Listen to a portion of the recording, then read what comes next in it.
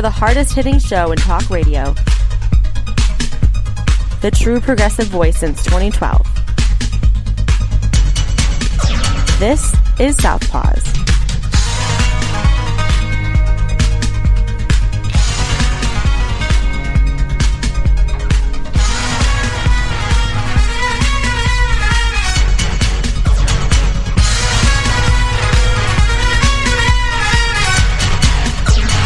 And welcome to Southpaws on the Pacifica Radio Network. We are the leaders of the revolution. My name is Darren Gibson. I am your host today. Jack Prince is feeling a little under the weather, so he is sitting out this week. However, you will hear Jack's voice as we will be playing our interview that we conducted recently with investigative journalist Greg Palast. And Greg's going to talk about his court win in the state of Georgia regarding the cross-check system that was being used to purge the voter rolls in the state of Georgia and in other states. So we will get to that interview in just a moment. But first, a couple of reminders that you can follow us on social media by going to facebook.com/Southpaws Radio Show. You can follow us on Twitter at Southpaws Radio. You can become a patron of the show by going to patreon.com/Southpaws Radio. You can listen to the show anytime you like at Spreaker.com. Do a search for Southpaws there. We're also at the iTunes store, so if you search for Southpaws under podcast, once you've found our logo, you've found us. Our podcasts always go to our Facebook, Twitter, and our YouTube channel. So make sure you check us out at youtube.com. Do a search for Southpaws Radio there. And, of course, we're on great Pacifica stations, including KCEI-FM Taos, New Mexico, KZGM Kabul, Missouri, and at Global Community Radio Channel 1. We're on every Monday night at 9 p.m., right after Democracy Now! Make sure you check us out there as well. Right now, let's go to the interview that Jack Prince and I conducted on February 20th of 2020 with investigative journalist Greg Palast. Joining us on the phone right now is author and investigative journalist Greg Palast. Greg is the author of such books including Armed Madhouse and The Best Democracy Money Can Buy. Investigative reporter, he's been on Democracy Now! You've heard him all over Pacifica Radio, and we have him now here at Southpaws. Greg, thank you for joining us today. Glad to be with you. Yes, I want to talk about your victory that you just received in Georgia against the former Secretary of State. I believe Brian Kemp is now the governor of Georgia. Yeah, he shoplifted it. Yes. Yeah. So what happened was I sued Brian Kemp when he was Secretary of State. I'd been hunting this guy for Rolling Stone, for Al Jazeera, now for The Guardian, for 6 years. He's been what I'd call the purging general of Georgia, and he's been removing hundreds of thousands, way over 500,000 voters from the voter rolls on all kinds of cockamamie grounds, mostly young people, low-income voters, African Americans, Asian Americans. In other words, Democratic voters. I'm not for or against them, the one party or the other. The issue is people's right to vote. And he was using very sophisticated tactics, but they're Jim Crow tactics to remove voters. So I sued him to get his inside information on not only what he was doing in Georgia, Brian Kemp, but also nationwide to remove voters. Now, understand, you're correct. He is now governor. This guy ran for governor while he was Secretary of State. Secretary of State is the office that determines where you vote, how you vote, which ballots get counted. That's something we don't talk about in America. We don't count all ballots. And who gets to vote, who gets to stay on the voter registries. So he kicks out over 500,000 people off the voter registries. I sue to get the information. He is running against Stacey Abrams, the first black woman ever to run for governor in the United States, of any state, not Michigan and not New York or Georgia. She's the first black woman to run. And she's very popular, and she, as she said herself, citing my investigations, that she would be governor, that she won the race except for these tactics, so she won't be inaugurated. So Stacey Abrams was citing my material. Now, the reason I know that the race was stolen is that Kemp, when I sued him, turned over some records, enough for me to determine that and this is the exact number, 340,134 voters were illegally, wrongly removed from the voter rolls. He wrongly picks out 1/3 voters, cleans out the voter rolls, runs for governor, and wins by a few thousand votes. Stolen. Then he was helping other Republican secretaries of state, including Chris Kobach of Kansas, and, very, very important, removing voters in the state of Michigan. Michigan was one of his targets. So one of the things I had that I just want a federal court order that I sued Kemp. He was withholding information about his work on removing voters in other states like Michigan.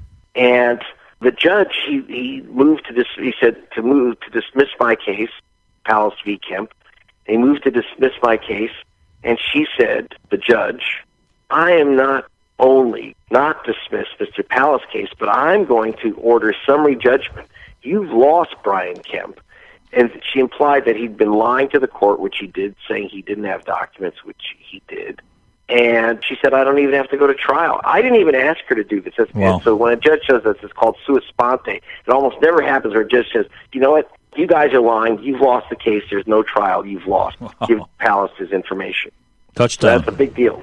It's a very big deal. Yes, the judge, Eleanor Ross, she is the U.S. District Judge for the Northern District of Georgia, and that ruling came down on February 4th of this year. Now, I've got a copy of it here, the summary judgment, and she mentions the 1983 National Voter Registration Act. So that's right. So she was saying that Kemp violated that portion of the act by not disclosing the information to you that he got from Crosscheck. Well, a few things. Number one, a lot of states like Michigan, Georgia, and others have Freedom of Information and Open Records Act laws that say, your government is open. By the way, I threatened to sue the state of Michigan, too. They're one of my next targets. Mm-hmm. But the judge ruled that the National Voter Registration Act is more powerful than the Freedom of Information Act. Because every time I ask Michigan or Chris Kobach of Kansas when he was Secretary of State, when I go to Ohio, when I ask Kemp in Georgia, we can't give you information, it's all confidential, we don't have it, blah, blah, blah. Well, the judge said under the federal law, you better have those documents.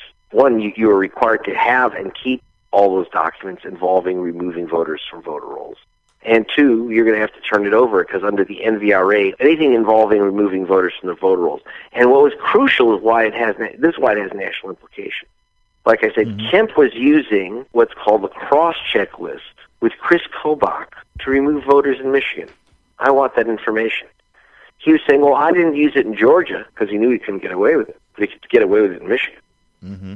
Trump won Michigan supposedly by 10,700 votes. Yes. But I flew to Lansing, and I met with your former GOP's Secretary of State's office, and I showed them the cross-check list that was provided from Brian Kemp to Chris Kobach to the state of Michigan. Mm-hmm. And they said that they used it aggressively. That's their word. We used the cross-check list aggressively in Michigan. That is to remove voters. We figure at least 50,000 voters of color were removed in the state of Michigan, wrongly, illegally, for supposedly voting or registering a second state. And you know who these people are named? James Brown, Wow. Michael Brown, Jose Rodriguez. Okay? Are you getting the picture? What they were doing, they took common names from Georgia. And I can tell you, 568 guys named James Brown. And they found a James Brown, believe it or not, in Detroit. They found James Brown in Arizona. They found James Brown in Chicago. They found James Brown in Indiana. And they said, it's got to all be the same James Brown, registering many times. It's illegal. So they remove you. Yeah. And so what happens is that, and by the way, in the case of Michigan, I showed the Michigan list, said Michael Brown, Michael Brown, Michael Brown. Michael Bennett Brown was supposed to be the same voter as Michael Allen Brown. So I asked the Secretary of State's office in Michigan, do you think that that's a common name, Michael Brown? He said, I don't know. I said, really? I said, what color is a typical person named Michael Brown? He says, I know a lot of white Browns. Here's the trick. You can, in fact, I'm just looking right now. There's a census chart. The 85 of the 100 most common last names in America are minority names, like Jackson, Rodriguez, Kim, Asian American names like that. 85 of the 100 most common last names in America are minority names. If you have just 10 names, last names account for 25% of the Hispanic population. Whereas names like Trump and Kobach and Kemp and Koch are very unique. White people don't share a lot of names. To get 25% of the white population, for example, you need over 300 names. Now, that's a lot of numbers to throw at you, but the point is, if what you're doing is removing people based on first and last name, and that is it, nothing more. They have more information, but they're not using it. First and last name to remove voters. You're fixing elections. And that's what I'm getting out of the federal court in Georgia has national implications. I'm going to bust open all these files, including the mass purge of voters in Michigan. Yeah, it does have national legs, Greg. And it reminds me, I read your segment, and I don't know which book it was in, where you talked about the tactic in the Bush theft, where they would go, say, to Texas, and I don't remember the name of that company, take a felon, again, with one of those ubiquitous names like Jackson, and then when a man in Florida went to vote for Bush's opponent and his last name Jackson, the list said, well, you're a felon, and they blocked him at the... Would you say this is more sophisticated or less sophisticated? I uncovered that in the book, and now it's in the film, by the way, The Best Democracy Money Can Buy, exactly. Which just came out. We've just updated it, a short activist version. You can get it free from Prime, or you can go to gregpalast.com and ask me for a special activist edition, which is short, allows people to show it in groups and talk. A classic. But in that film, as in the original book, The Best Democracy Money Can Buy, working for The Guardian, I had uncovered how Catherine Harris, who was Secretary of State, just like Brian Kemp, she was also chairing the Bush for President campaign while she's in charge of the voting. Yeah. And she removed, in the end, about 94,000 voters as felons because they happened to share common names with someone else in another state. Like you say, like John Jackson. And sometimes the names weren't even close. I mean, they had John Jackson and Johnny Jackson, where someone's legal name was John Jackson. And then they had, of course, the middle names didn't match. Junior, senior didn't match. In fact, out of the 94,000 people that she had targeted and erased from the voter rolls, and that elected George Bush president. Of all those people that were removed as so-called felons, not allowed to vote, exactly zero, not a single one was an illegal voter. Not one. Incredible. And that's what elected Bush as president, that kind of racial purge. And we saw it in Michigan. And by the way, in the new edition of the film, we have how it was how Trump supposedly won Michigan, not only removing voters through cross-check, your former Secretary of State, the Republican, but in addition, you had 86 vote scanning machines break down in Michigan, resulting in 75,355 ballots. That number's burned in my head. 75,355 ballots in Michigan that were never, ever counted. And they were in Detroit. Now, you can say, I don't know whose votes those are because they weren't counted. But we do know, it's in Detroit. Do you think that was Trump country? They knew what they were doing. Mm-hmm. The city of Detroit, the clerk for the city of Detroit, had complained to the state under Snyder, we need money to replace these voting machines. They don't work. And they said, well, you're under occupation. You're under the state management. We're not going to give you money for those machines. Because, of course, they didn't want votes to be counted in Detroit. Yep. That's the game that's being played. Michigan is, it's going to come down once again to Michigan, Wisconsin, and Pennsylvania, Arizona, Ohio. Georgia should be in play, and Nevada, obviously. So you've got a lot of states in play this time, but Michigan's going to be crucial. And the Democrats have not reversed the purges. In Wisconsin, the new Democratic governor and lieutenant governor and elections board are trying to stop new purges, ridiculous purges of voters. But, it's a war for the right to vote. I'm not saying, who should win. All I'm saying is the person who wins to be the person with the most votes. That ain't happening right now. Yeah, well, how do you explain the Democratic hesitancy there? I can't. I don't know. I mean, I'm not a Democrat. I'm not a Democrat. I'm not any party as a journalist. And so you're asking me to reach into the minds of the Democratic Party. It's a very tight space. And I don't know if I could crawl in there. So, there's two Democratic parties. Let's remember. There is the Black Democratic Party. So Stacey Abrams, who, was shafted out of the governorship of Georgia by Jim Crow vote tactic, she has actually hired my expert team. She's hired the experts I hired to go through the voter rolls again and identify name by name. Like I said, we found 340,134, 300 people. We have each one's name and address illegally removed. She's doing something about that. She's taking that into court to reverse that law. But, where is the white congressional caucus? I mean, the white Democratic Party is really pretty much, they don't want to touch the subject. Now, I've heard different things from them, like if you tell people your vote could be stolen, it'll discourage people from voting. That's nonsense. If you've been removed from the voter rolls, you've been purged, you can't vote. Yeah. I'm trying to get people to say, oh, I care about my vote. And by the way, if you're listening to this, please check your voter registration. Yes, Every absolutely. state has online a place where you can check your voter registration. And you can always go to vote.org and find out if you're properly registered with your name spelled correctly, your address correct, etc.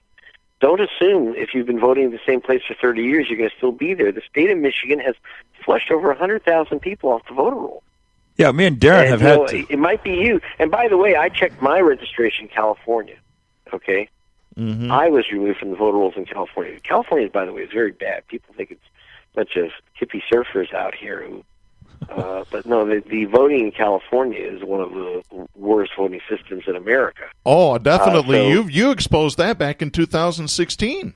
Yes, and so I'm working on that again right now. It's gotten a little better, but not much, and I'm very concerned about whether votes get counted. I mean, there's no question Bernie Sanders, if you counted all the votes, won California in 2016. Yes, and definitely. see, this is the problem. One, I think when you ask why aren't the Democrats doing something, another way to look at it is that Democrats pull these game stunts too. Yep. So usually Democrats, from my experience, tend to shaft each other out of votes because their big fights in the Democratic Party are in primaries.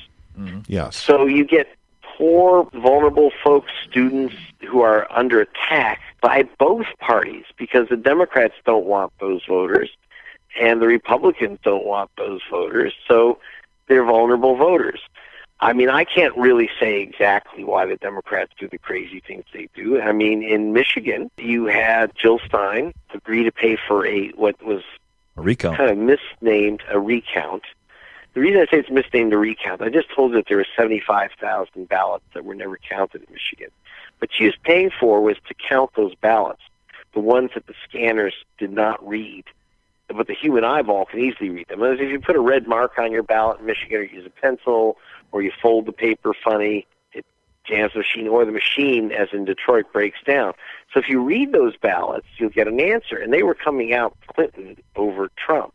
Clinton would have won if he counted all the ballots in Michigan. Trump's lawyers went to court in Lansing and said, and stopped the count of the ballots, saying Jill Stein has no standing, that is, no legal right to bring this suit and to get votes counted, because you can count all those ballots, and she's never going to win Michigan. Mm-hmm. So it was up to Hillary Clinton. So the court asked Clinton's lawyers, what do you want to do? What does the Secretary Clinton want to do? Because it's only Clinton that could have allowed the recount. And they said, well, we're just here to observe. And that's kind of, that's the Democratic Party. They're just there to observe. That's so unconscionable. But you're asking me why I hear a lot of theories. I don't know. I'm just a reporter. I think your premise that they've got their own dirty laundry in the process that they don't want to come to light, maybe my number one choice. You have to understand that there's a big difference between the white party and the black party and the Democratic Party. It's a big thing. Yeah.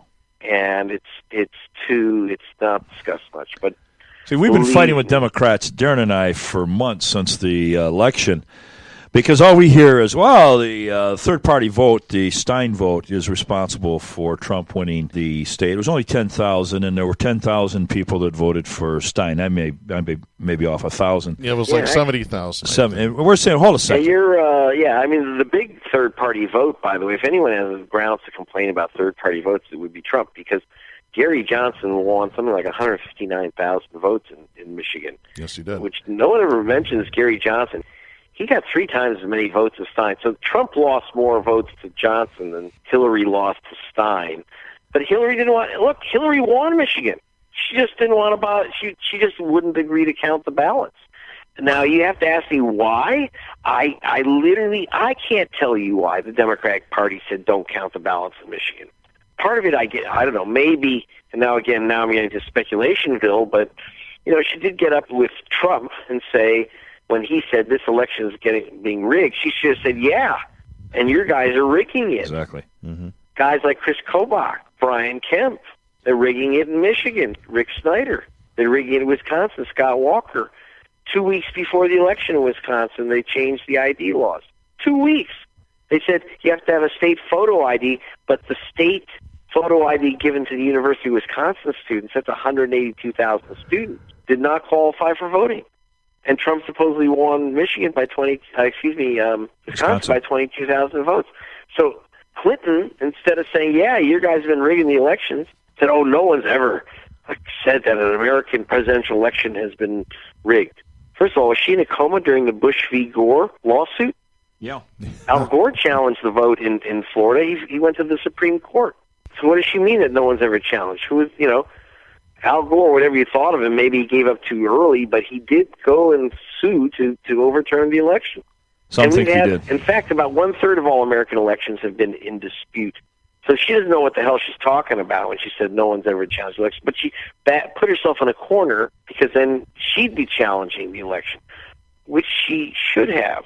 The biggest problem for me is I don't know what the Democrats' strategy is, but when you abandon voters and say, well, we lost, even if we overturn Michigan, we can't overturn Pennsylvania because they have non-recountable touchscreen machines, right? You can't recount anything there.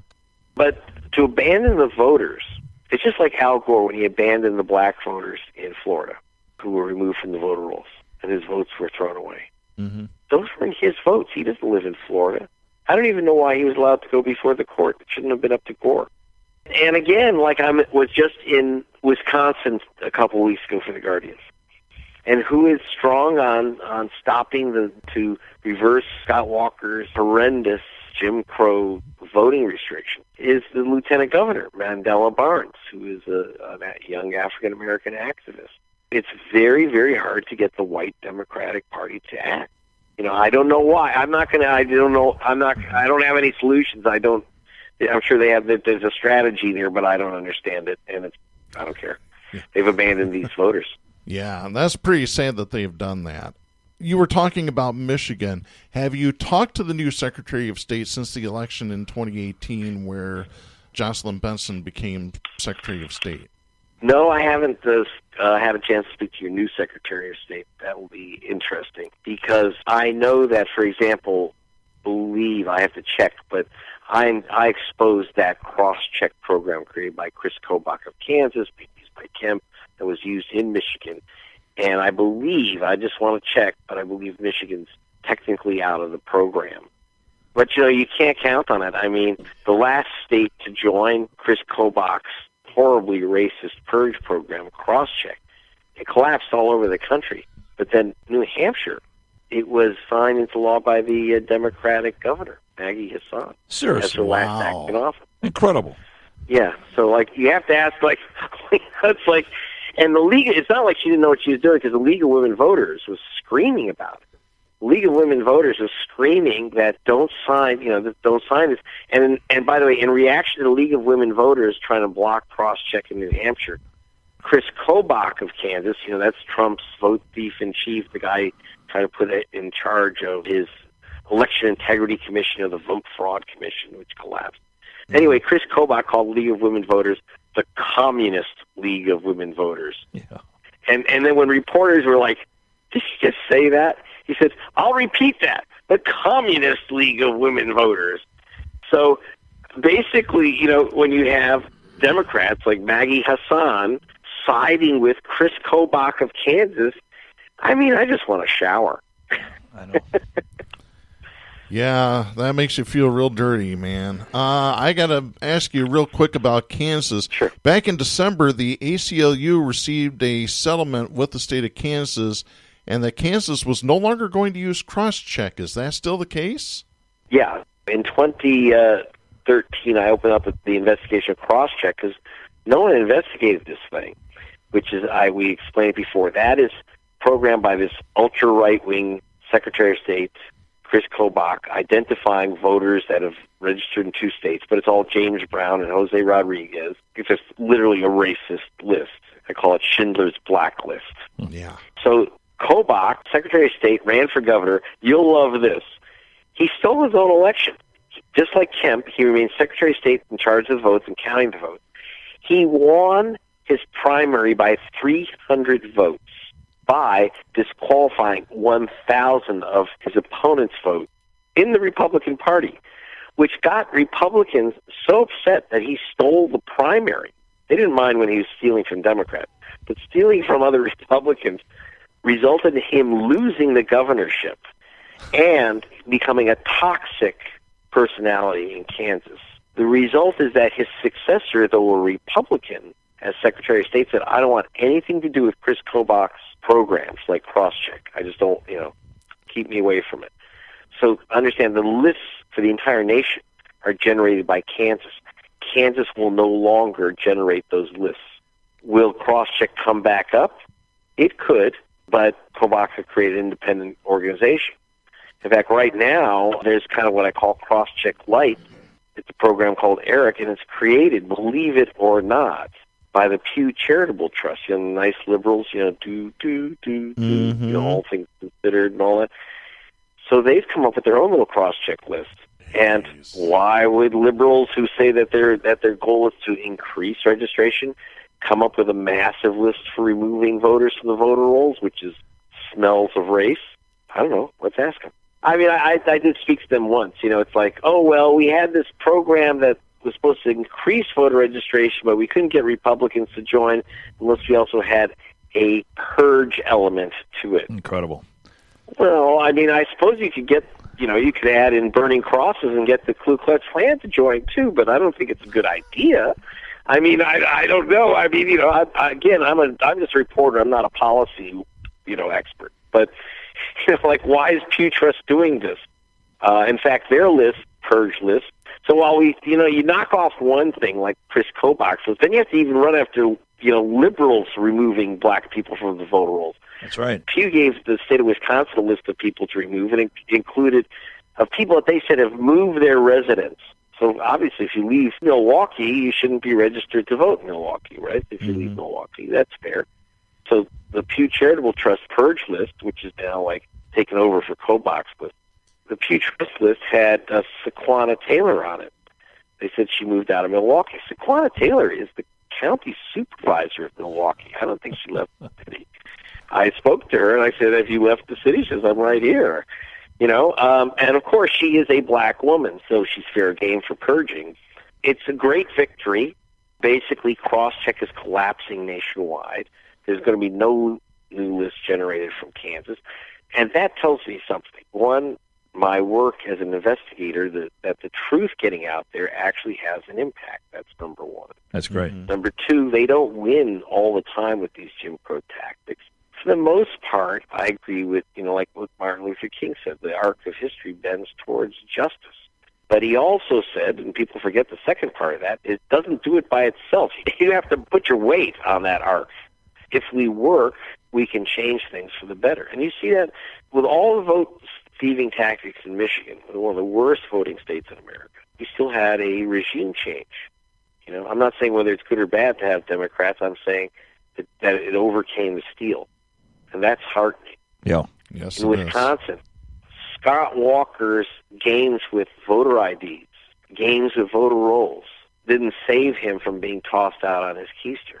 You saw Stacey Abrams almost win in Georgia. They had to really steal it with both hands.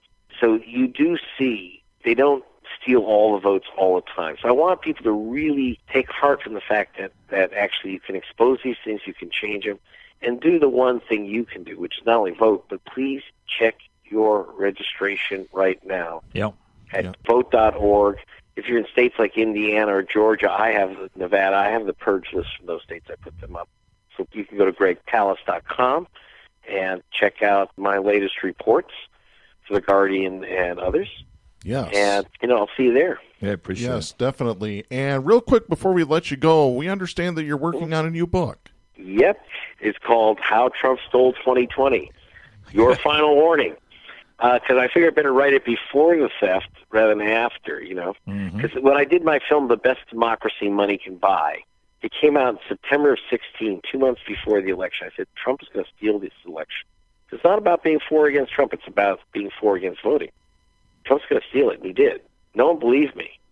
So now the new edition of the film, which, again, you get on Prime for nothing, is The Case of the Stolen Election. It updates it, includes the theft in Michigan, et cetera, with the details. But I figured I better write this book in advance of the election, because maybe it will have the effect of getting the votes counted.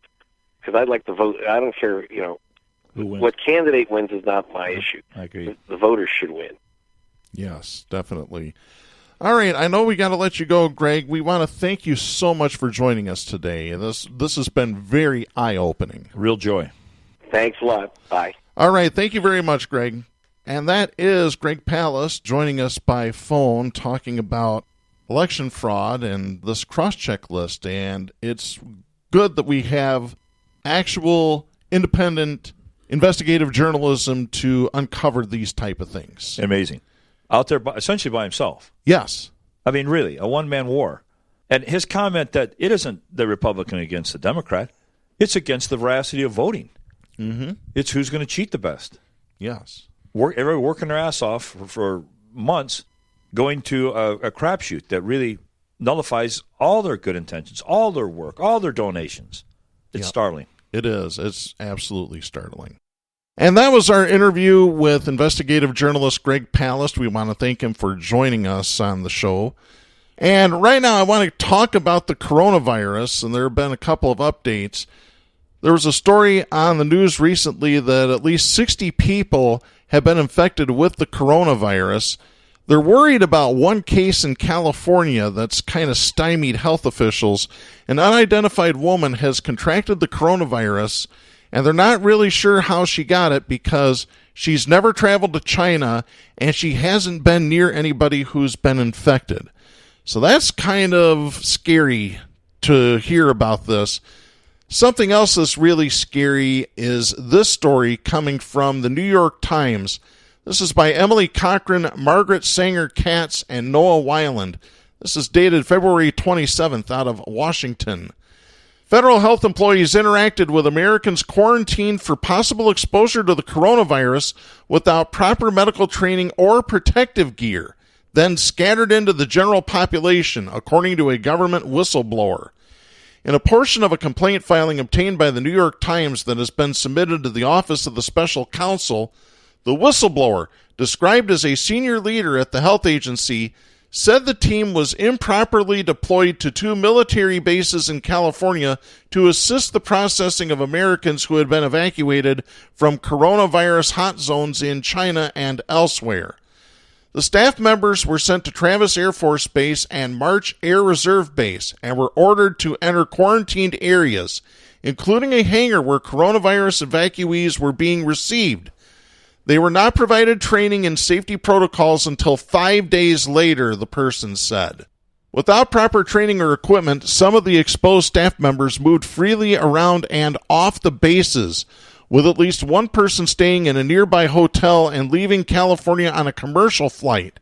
Many were unaware of the need to test their temperature 3 times a day. The whistleblower wrote, quote, I soon began to field panic calls from my leadership team and deployed staff members expressing concerns with the lack of HHS communication and coordination, stuff being sent into quarantined areas without personal protective equipment, training, or experience in managing public health emergencies, safety protocols, and the potential danger to both themselves and members of the public they come into contact with. End of quote. In a statement on Thursday, the Department of Health and Human Services acknowledged the complaint without elaborating. Caitlin B. Oakley, Deputy Assistant Secretary and a national spokeswoman for the Office of the Assistant Secretary of Public Affairs, said, quote, We take all whistleblower complaints very seriously and are providing the complainant all appropriate protections under the Whistleblower Act. We are evaluating the complaint and have nothing further to add at this time." End of quote. The account surfaced after Donald Trump sought to play down the danger of a domestic coronavirus outbreak amid bipartisan concern about a sluggish and disjointed response by the administration to an illness that public health officials have said is likely to spread throughout the United States. The first American case of coronavirus in a patient with no known contact with hot zones or other coronavirus patients emerged near Travis Air Force Base this week. And isn't that one of the bases that was just mentioned? Yes, it certainly was. Right there is how you spread the coronavirus, when you don't take precautions. And quite truthfully, when you have an administration in the White House that are a bunch of science deniers. Let me continue the story. The whistleblower's account raised questions about whether the Trump administration has taken adequate precautions in its handling of the virus to date, and whether Mr. Trump's minimization of the risk has been mirrored by other top officials when confronted with potentially disturbing developments. Similar episodes appeared to have happened elsewhere. Employees with the Health and Human Services Administration for Children and Families were also dispatched to Marine Corps Air Station Miramar to help other evacuees from Wuhan, China, the epicenter of the outbreak. Someone with direct knowledge of the effort told the New York Times. It was the first time to his knowledge that employees of the Family Administration had ever dealt with a federal quarantine. Employees of the Centers for Disease Control and Prevention appeared to have one set of guidance. Other employees of the Health and Human Services Department operated under a different protocol. The levels of protection varied even while he was at Miramar, he said. Standards were more lax at first, but once people arrived who appeared to be sick, workers began donning personal protective equipment. He is now back at work and has yet to be tested for coronavirus exposure. In the complaint, the whistleblower painted a grim portrait of agency staff members who found themselves on the front lines of a frantic federal effort to confront the coronavirus in the United States without any preparation or training, and whose own health concerns were dismissed by senior administration officials as detrimental to staff morale. They were admonished, the complainant said, and accused of not being team players and had their mental health and emotional stability questioned. After a phone call with health agency leaders to raise their fears about exposure to the virus, the staff members described a whitewashing of the situation, characterizing the response as corrupt and a cover-up, according to the complaint, and telling the whistleblower that senior officials had treated them as a nuisance and did not want to hear their worries about health and safety. Representative Jimmy Gomez, Democrat of California, whose office received the complaint, appeared to allude to it on Thursday morning at a hearing with Alex M. Azar II, the Secretary of Health and Human Services in the House Ways and Means Committee. Mr. Gomez was contacted by the whistleblower, whom he had met before his congressional service, in part because his committee has jurisdiction over the health agency. At the hearing, Mr. Gomez had a tense exchange with the secretary in which he suggested that staff from the Administration for Children and Families had been exposed to the virus without the requisite training and equipment and then dispersed elsewhere in the United States. Gomez asked Azar, quote, "To your knowledge, were any of the ACF employees exposed to high-risk evacuees from China?" End of quote. Using the abbreviation for personal protective equipment, the term used for special suits designed to protect against infection, Mr. Azar responded, quote, "They should never have been without appropriate PPE. If you or anyone in quarantine to maintain quarantine, that should be the case." End of quote. And the story continues from there. But this is what happens when you have a bunch of science-denying fools continuing to deny science. And Trump has put Vice President Pence in charge of this. This is a guy that believes in gay conversion therapy, for Christ's sakes. Jeez. This is the blind leading the blind, folks. It really, really is. And you should be really upset about this. Right now, I've got something else for you to be upset about, but in order to do that, we need to play the appropriate music. Stop! Hammer time! Oh yeah, it's hammer time. It's time to drop the hammer on the douchebag of the week. And any time that we have more than one winner in a show, we always have to play this additional clip. The double douche. The double douche. Ladies and gentlemen, Wade Garrett. Exactly right. All right, let's go to winner number one this week. Hardball's Chris Matthews. He's in really deep trouble right now. I have this story. This is from Kaleda Raman, writing for Newsweek. MSNBC's Chris Matthews is facing calls to resign after he compared Bernie Sanders' victory in the Nevada caucus to the Nazi invasion of France. Sanders won the Nevada Democratic caucuses with 47% of the vote. That is as of press time on February 23rd when this article was written. Again, that's from the Associated Press. As the results came in and Sanders took an early lead on Saturday night, Hardball host Matthews claimed that Republicans would release opposition research on Sanders that would kill him. Don't just take my word for it. Take Chris Matthews' word for it. I'm going to play these out of order. This is cut number 2. Chris Matthews talking about opposition research on Sanders. And it looks like Bernie Sanders is hard to beat right now. I'm with Carville all the way in terms of the dangers of what lies ahead in November. I'm very much aware of them. They're sitting on so much Oppo research on Bernie, what he said in the past about world affairs, how far left he is. I'm not sure how far left he is, but they're going to make the most of that in terms of world politics. They're going to kill him. But I think it's a little late to stop him, and I think that's the problem. By the way, if you look at the pattern, it's dynamic. Bernie won the popular vote in Iowa. He won it again in New Hampshire. It looks like he's going to win it here when they finally get a vote. Bernie's been winning consistently, and I think it's mathematically understandable. Well, that's that comment about the opposition research. But then he had this to say as well. I'm going to play cut 1 here. This runs about 25 seconds. Take a good listen to this. I was reading last night, Brian, I know you're a history guy too. I'm reading last night about the fall of France in the summer of 1940. And the general, Renault, calls up Churchill and says, it's over. And Churchill said, how can it be? You got the greatest army in Europe. How can it be over? He said, it's over. So I had that suppressed feeling. I can't be as wild as Carville, but he is damn smart. And I think he's damn right on this one. Yeah, Carville's damn stupid, and so's Chris Matthews. You want my opinion. Those comments, according to Newsweek, sparked a backlash on Twitter, with some critics noting that it was particularly distasteful as Sanders is Jewish and had lost relatives during the Holocaust. Media Matters editor-at-large Parker Malloy wrote on Twitter, quote, "It is absolutely unacceptable that Matthews is making comparisons between Bernie Sanders, whose family was murdered by Nazis, to Nazis. At Hardball Chris needs to retire immediately." End of quote. Reporter Alex Koch added, quote, "I'm really insulted by a major pundit on an allegedly liberal news network comparing a Jewish candidate's overwhelming caucus victory to the French losing a battle with the Nazis. Get this lunatic off the air." End of quote.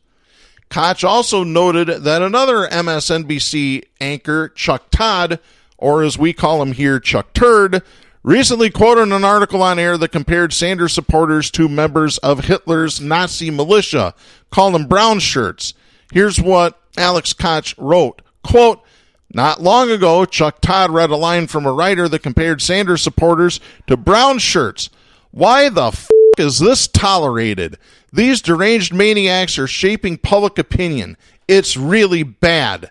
End of quote. Filmmaker Aaron Chowdhury wrote on Twitter, quote, "Chris Matthews has been generous to me on a number of occasions, even blurbing my book. However, his constant references to political violence and today Nazism to describe Bernie Sanders' campaign is beyond the pale. Hardball Chris must resign or be fired from MSNBC." End of quote. Walker Bragman, a journalist, wrote on Twitter, quote, "At Hardball Chris just compared Bernie Sanders and his movement to Hitler and the Nazis on national television. Sanders, who is Jewish and lost family in the Holocaust, is on track to be the nation's first Jewish president. Enough with this. Matthews should not be on the air." End of quote. Krishan Patel added, quote, Chris Matthews just compared Bernie Sanders, a Jewish man whose relatives were killed by the Nazis, to the Nazi army. He should be fired immediately. End of quote. Sanders communication director Mike Kaska also took to Twitter to respond to Matthews' comment. Quote, never thought part of my job would be pleading with a national news network to stop likening the campaign of a Jewish presidential candidate whose family was wiped out by the Nazis to the Third Reich. But here we are. End of quote. By the way, Chris Matthews ended up apologizing. This is going to be cut number 3. This runs about 47 seconds.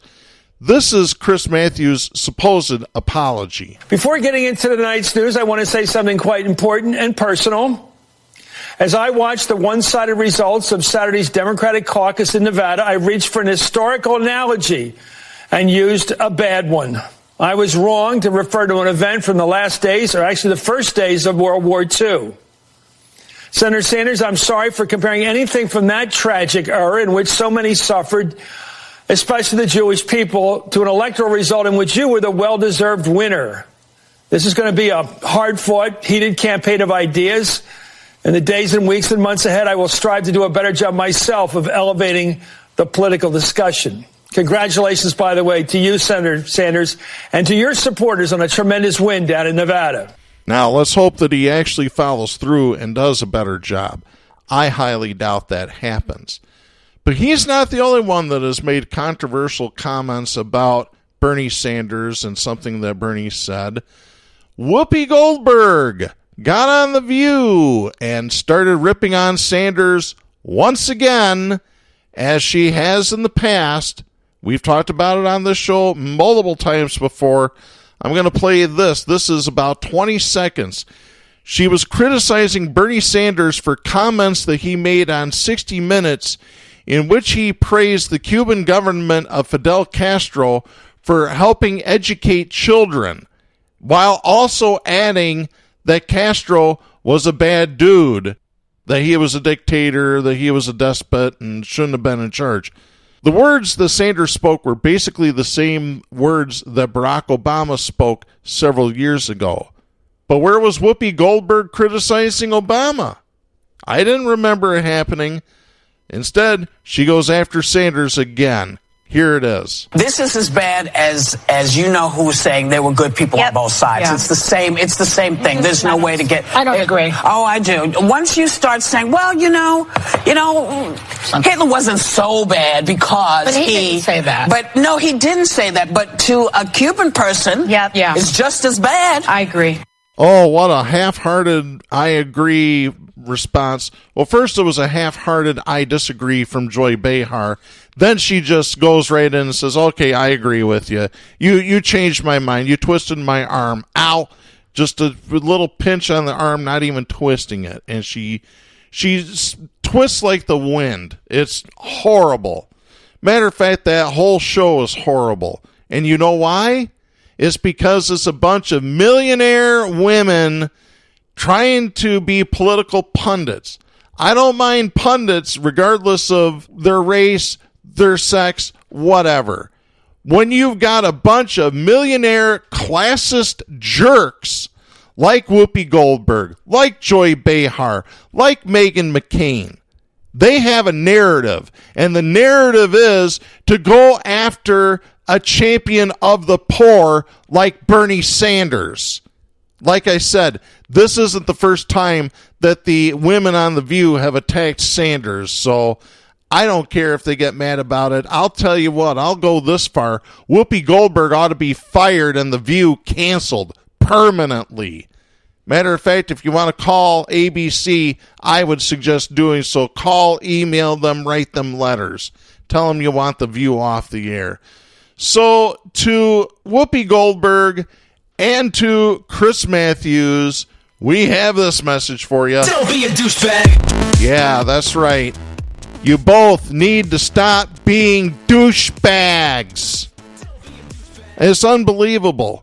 This is, as we've talked about on the show, this is once again the corporate-owned conservative media going after a progressive like Sanders, like Alexandria Ocasio-Cortez, like Rashida Tlaib. This is nothing new. This is oligarchs getting their bidding done for them by a bunch of millionaires. That's a period, end of story.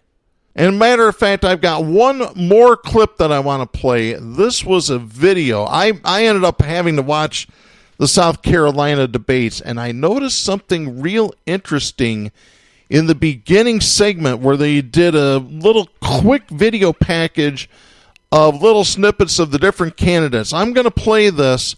Once again, just like with the NBC clip, pay very close attention to the audio in the Buttigieg clip, the Sanders clip, and the other candidates. Take a listen, folks. I can't believe that CBS is doing this too. The time has come to turn the page and open up a new chapter in the American story. Tonight, Let us go forward. Let's win this thing. Let's transform America. America decides. America deserves a president who is as resilient as her people. 2020 is our time to change who makes the rules. One stage. This election is just too important, and we cannot afford to get it wrong. There's no limit to what we can get done in the next 4 years. Show up in November of 2020 and win. And I'm just going to fade it out right there. Notice how clear the audio was for every candidate except Bernie Sanders. As I pointed out on last week's show, this is something subtle that the corporate conservative media, remember the media that George Carlin said, the owners of this country, this is what they're doing. This is just exactly what they're doing. This is done on purpose. You can't convince me otherwise. And I tell you what, that's another one. Time to start writing CBS, call, email, send them letters. This is ridiculous. The major mainstream networks need to start being better toward every candidate. Or at the very minimum, stop this blatant anti-Bernie establishment hack stuff, which is what I'm going to call it here. And I want to get to this story. This is by GQ Magazine. This is Luke Darby writing February 24th. Billionaire Michael Bloomberg is trying a novel strategy to win the Democratic presidential nomination. The former New York City mayor, who was a Republican up until 2013, is skipping the first four races completely and has bet big on Super Tuesday, when a third of the delegates are up for grabs, and the primaries that come after. Bloomberg, who is worth about $61 billion with a B dollars, has already put $460 million into his campaign so far, blowing the rest of the candidates out of the water. I want to stop real quick there just to let everybody know a story that I saw a couple of days ago. It said that to fix Flint's lead-lined pipes, to remove the pipes and replace Flint's water pipes, would be $55 million. And Bloomberg has so far spent on his campaign almost 10 times that. Isn't that just lovely where the money's going? Unbelievable. Continuing the GQ story. With its 415 pledged delegates, California is one of the biggest prizes on Super Tuesday, and Vermont Senator Bernie Sanders currently has a commanding lead in polls there. According to Nate Silver at 538, recent polls have Sanders in first with an average of 26.7%, while Bloomberg comes up second with 14.4%. By the way, in California, you have to have at least 15% to qualify for delegates. So there's a possibility that if Bernie Sanders wins with this kind of lead or better, and nobody else hits the 15% threshold, that Bernie Sanders will win every single California delegate. That would be fantastic news. Continuing the story. To bolster his support there in California, the Los Angeles Times reports that the Bloomberg campaign has hired 500 deputy field organizers, paying them $2,500 each to promote Bloomberg on social media to their friends and family. A Bloomberg spokesperson said in a statement that the goal is to meet, quote, voters everywhere on any platform that they consume their news, end of quote. Based on documents and interviews with some of these organizers, the Los Angeles Times found that many of them are using accounts that are only 1 or 2 months old, and that some have fewer than 20 followers. One organizer described the training they received, saying the campaign told them the average person has a network of 750 people on their phones. Quote, they told us, we want you to reach out to those friends you're comfortable talking to, and then also those friends you might not have talked to in a while, but might be interested in politics, end of quote. This is in line with some other unusual approaches that the Bloomberg campaign has taken so far, including funding a massive meme production effort and a proposed $150 to social media micro-influencers to make content that, quote, tells us why Mike Bloomberg is the electable candidate who can rise above the fray, work across the aisle so all Americans feel heard and respected, end of quote. That is according to the campaign's listing. Despite the $2,500 paycheck, deputy field organizers aren't exactly turning out sizzling content. This is from the Los Angeles Times. They write this: rather than create their own content, organizers often use the exact text, images, and links provided to them by the campaign. The result has been a stiff outpouring of tweets, Facebook, and Instagram posts with little to no engagement, and sometimes half-hearted text messages. Some organizers were so robotic in their tweeting that Twitter suspended their accounts Friday evening after the Los Angeles Times inquired about whether their behavior complied with the platform's rules on spam and manipulation. One organizer in Los Angeles told the Los Angeles Times, quote, when I text my friends, depending on the friend, a lot of people think it's spam or my account was hacked. Once people realize it's actually me who's making these and it's not spam, they kind of just figure I'm being paid for it. End of quote. At one point, another organizer texted his friends, quote, Sam Donaldson just nailed it. Mike Bloomberg is the president we need to unite our country. End of quote. Using the exact wording suggested by the Bloomberg campaign. He promptly followed up with a text reading, quote, please disregard, vote Bernie or Warren. End of quote. Both Sanders and Massachusetts Senator Elizabeth Warren have proposed wealth taxes that would see billionaires like Bloomberg pay substantially more than they do now. So far, the $460 million the Bloomberg campaign has spent on ads, memes, influencers, and copy and paste promoters is a lot less than the $4.7 billion he would likely pay if Bernie Sanders became president. And you wonder why billionaires run for office. Right there's your answer.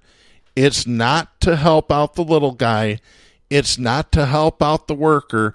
It's to help themselves. To keep them from spending more money on taxes than they really want to. Because just about every billionaire out there would love to pay no taxes, and some of them already do. Well, I tell you what, that's going to wrap things up for this week. Jack Prince will hopefully be back next week. In the meantime, I'm Darren Gibson. For our announcer, Kristen Cook, please support independent media and the First Amendment. The stations that carry Southpaws do not necessarily share the opinions expressed on the show. Southpaws is protected by the First Amendment to the U.S. Constitution and is copyrighted by Big D Entertainment. All rights reserved.